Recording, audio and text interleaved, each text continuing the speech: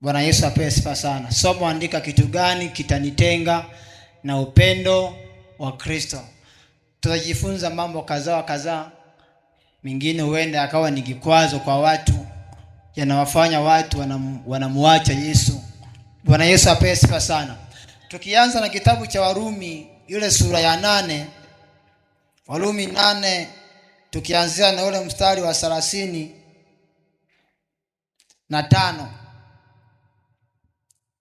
au tuanzie 31. Tuisome yote hapo afu pointi yangu itakuwa 35. Anasema, basi tuseme nini juu ya hayo? Mungu akiwapo upande wetu, ni nani aliye juu yetu? Yeye asiyemwachilia mwana wake mwenyewe, bali alimtoa kwa ajili yetu sisi sote, atakosaje kutukirimia na mambo yote pamoja naye? Ni nani atakayewashtaki wateule wa Mungu? Mungu ndiye mwenye kuwahesabia haki. Ni nani atakayewahukumia adhabu? Kristo Yesu ndiye aliyekufa, naam, na zaidi ya hayo yote amefufuka katika wavu, naye yuko mkono wa kuume wa Mungu, tena ndiye anayetuombea. Pointi yangu ilikuwa ni 35. Anasema, ni nani atakayetutenga na upendo wa Kristo? Je, ni ziki au shida au adha au njaa au uchi au hatari au panga? Kama ilivyoandikwa ya kwamba kwa ajili yako tunauawa mchana kutwa, tumehesabiwa kuwa kama kondoo wa kuchinjwa. Lakini katika mambo hayo yote tunashinda na zaidi ya kushinda kwa yeye aliyetupenda. Kwa maana nimekwisha kujua hakika ya kwamba wala mauti wala uzima wala malaika wala wenye mamlaka wala yaliyopo wala yatakayokuwapo wala wenye uwezo wala yaliyo juu wala yaliyo chini wala kiumbe kingine chochote hakitaweza kututenga na upendo wa Mungu ulio katika Kristo Yesu Bwana wetu. Bwana Yesu apewe sifa sana. Tunayasoma maneno ya Mungu katika kitabu cha Warumi. Mwandishi anakuwa kama anauliza swali kwamba hii 35 anasema, anaanza kwa kusema kwamba ni nani atakayetutenga na upendo wa Kristo. Pale akaweka alama ya kuuliza. Maana yake ni kama anauliza swali kwamba ni nani atakayetutenga na upendo wa Kristo, au ni kitu gani kitatutenga na upendo wa Kristo. Bwana Yesu tusaidie sana. Akaorozesha baadhi ya mambo kwenye mstari wa 35. Akataja baadhi ya mambo, akasema, je, au ni ziki? Bwana Yesu tusaidie sana. Au shida, akasema, au adha, au njaa, au uchi, maana yake mtu kukosa mavazi, au hatari, au panga. Na penyewe akaweka alama ya kuuliza. Maana yake ni kama anauliza swali kwamba ni kitu gani kitakachotutenga na upendo wa Kristo, au ni kitu gani kitakufanya kikutenge na upendo wa Mungu. Mwandishi akataja baadhi ya vitu. Akataja aidha ni hatari ambayo inaweza ikasababisha ikakutenga na upendo wa Mungu. Aidha ni njaa, kukosa chakula. Umekosa chakula, chakula kinakufanya kukutenga na upendo wa Kristo. Mwandishi akasema au ni njaa. Akasema au ni adha. Maana yake ni adha ni matatizo, shida, misukosuko inakuandama. Bwana tusaidie sana. Anasema au ni upanga, au ni hatari. Akataja baadhi ya vitu. Ni kweli, na kuna baadhi ya vitu watu vimewatenga na upendo wa Kristo. Bwana tusaidie sana. Anauliza kitu gani kitatutenga na upendo wa Kristo? Aidha unaweza ukapata shida. Ile shida inakupelekea kumwacha Mungu. Na watu wengine tumekuwa tukiwa nao pale wanapopata kazi, ile kazi inakuwa kama ni mtego kwake. Kazi inamtenga na Mungu. Alikuwa anahitaji, wakati hajapata majibu, alikuwa na bidii kwa ajili ya Mungu, lakini anapopata lile hitaji lake anakaa mbali na Mungu. anasahau kwamba aliyempa ni Mungu. Anauliza, ni kitu gani kitatutenga na upendo wa Kristo? Mimi nimeona watu kisa chakula haji kanisani, anaenda kazini. Bwana apewe sifa sana. Haleluya kanisa. Shida ya siku moja haiui, na pesa hazitoshi. Bwana saidie sana. Nimekutana watu wengi, njaa inawatesa watu. Mwingine haji kanisani kwa sababu hana mavazi. Mavazi yanamtenga na Mungu.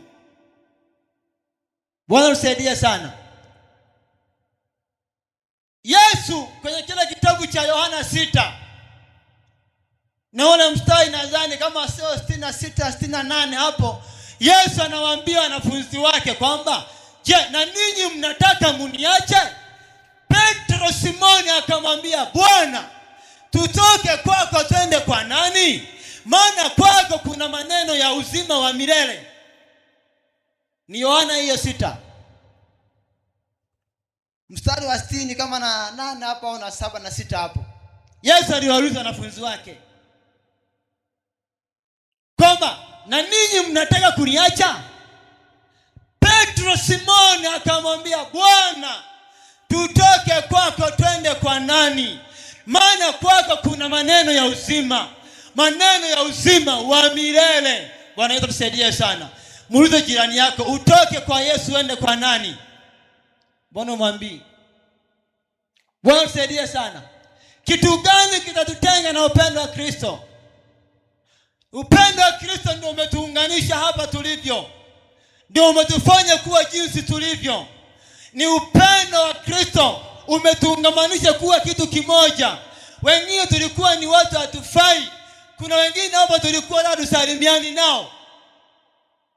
Mimi hata huyu mzee wangu huyu shemasi, huyu Bulenganija, kabla hajaokoka mimi nilikuwa simsalimii.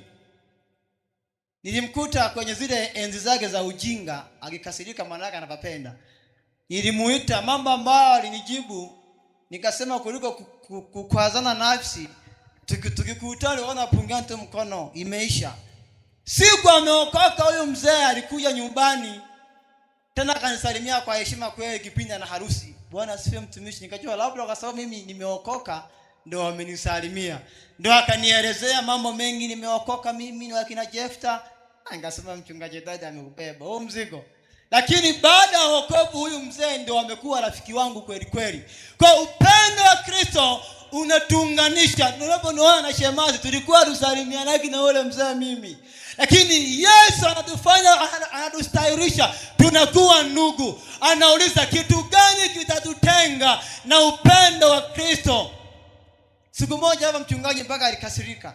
Akawaambia wazee wa kanisa kwamba ikiwezekana haya mambo ya kutegemeza mliondoe.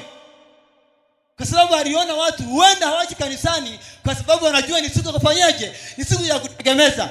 Yaani wewe siku ya kutegemeza ndio kinakufanya utengane na Mungu. Siku ya kutegemeza.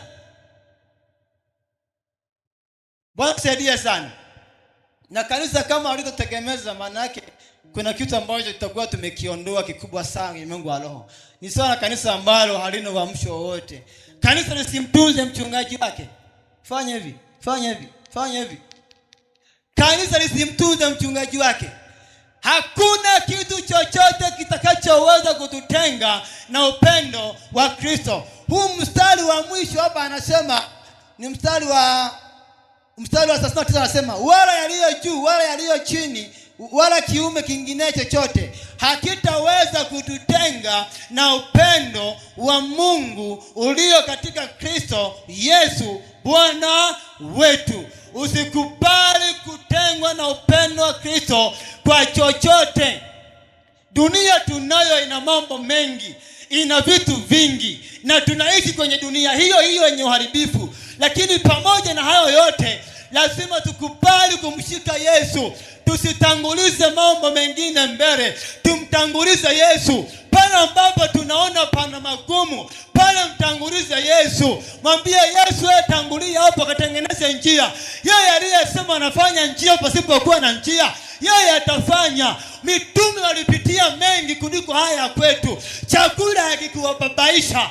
Sijui mavazi, walikuwa na mavazi hayo.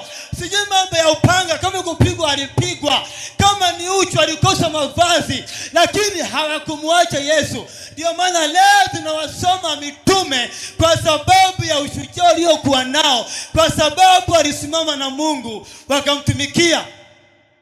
Bwana msaidie sana. Kitu chochote kisitutenge na upendo wa Kristo. Ni mambo mengi, ni kweli yanatuandama. Mwingine nikamuona ameacha kusali kisa jaane kusalimiwa. Yaani aliumwa, baada ya kuumwa kanisa halikwenda kumsalimia. Yaani akajikwa. Wachungaji wana kazi kwa kweli. Yaani wewe kanisani umekuja mwenyewe. Imetokea tunasema emergency, umeumwa. Kanisa halijaja kukuona, eti unazira kusali. Nao ni upagani mwingine huu. Ndio maana kada mwingine mchungaji anasema kuliko hangaika na hao watu, bora ukamhubiria hata mlevi, umlete. Bwana tusaidie sana. Sasa wewe kanisa kutokufika kwako kukusalimia kisa uliumwa, unaacha wokovu. Kitu gani kitatutenga na upendo wa Kristo? Je, ni mavazi? Je, hauna chakula? Kuna watu wengine wanatoka mbali kwa ajili ya Mungu. Wanatumia gharama kubwa kufika kanisani kwa ajili ya Mungu. Bwana apewe sifa sana. Wanajitabisha kwa ajili ya Mungu. Mungu ametuokoa kwa kusudi. Kitu chochote kwenye maisha kisikubali kututenga na upendo wa Kristo. Iwe ni fedha, iwe ni chakula, iwe ni magonjwa, iwe ni kukosa chakula, iwe ni adha, iwe ni ziki, upanga, kufukuzwa. Wengine baada ya kuokoka walifukuzwa na wazazi, wakaambiwa sitaki nikuone, lakini hawakumwacha Yesu. Wengine baada ya kuokoka walikataliwa na waume zao, lakini hawakumwacha Yesu. Sasa wewe ni kitu gani kinakufanya kikutenge na upendo wa Kristo? Bwana apewe sifa sana. Ni watoto, ni mme, au ni mke? Mwandishi anasema hakuna kitakachoweza kututenga na upendo wa Mungu. Usikubali kitu chochote kiingilie kati kukutenga na upendo wa Mungu. Vitu vyote ambavyo tunavihangaikia ni vya Mungu, na mwenye uwezo wa kutupa ni Mungu. Pesa tunatafuta, na mwenye pesa ni Mungu, na anayetoa ni Mungu. Hata kama utaacha kwa sababu ya pesa, anayetoa ni Mungu. Wapendwa, shida ziishi. Mtu mmoja kaniambia pesa haitoshi, na nikakubali kweli, pesa haitoshi. Ukiwa na milioni, ukijipangilia ukiipata inapelea. Ndio maana hata hawa mtu ambaye kipato chake labda kwa mwezi ni 500,000, matumizi yake ni 500,000, inatosheleza. Lakini siku akipata milioni na haitoshi. Kama watoto alikuwa shule za China anazipandisha na fafanya, pesa haitoshelezi. Matajiri wakubwa lakini bado pesa anatafuta. Hawa kina Bakresa, hawa kinaona si kina wanapipi mpaka za Azam hizi za 50. Tajiri mkubwa ambao anaanza kuanza, utajiri mkubwa bado anauza pipi kweli tu juice, tu juice gani utu. Anatafuta pesa, na pesa anazo. Kitu chochote kisitutenge na upendo wa Mungu. Bwana Yesu apewe sifa sana. Haleluya. Chochote kisitutenge na upendo wa Mungu. Aliyekuokoa ni Mungu, aliyekuleta hapa ni Mungu. Unapofika hapa simama na Mungu. Mtu yoyote asifanyike kuwa kwazo kwako, ukamwacha Mungu kwa sababu ya mtu. Aidha kanisa likawa kwazo kwako, ukamwacha Mungu kwa sababu ya kanisa. Kitu chochote kisikubali kikutenge na upendo wa Mungu. Mungu aliyekuokoa akakuweka hapa, simama na huyo aliyekuokoa akakufikisha mahali hapo. Mpe Yesu makofi na vigelegele.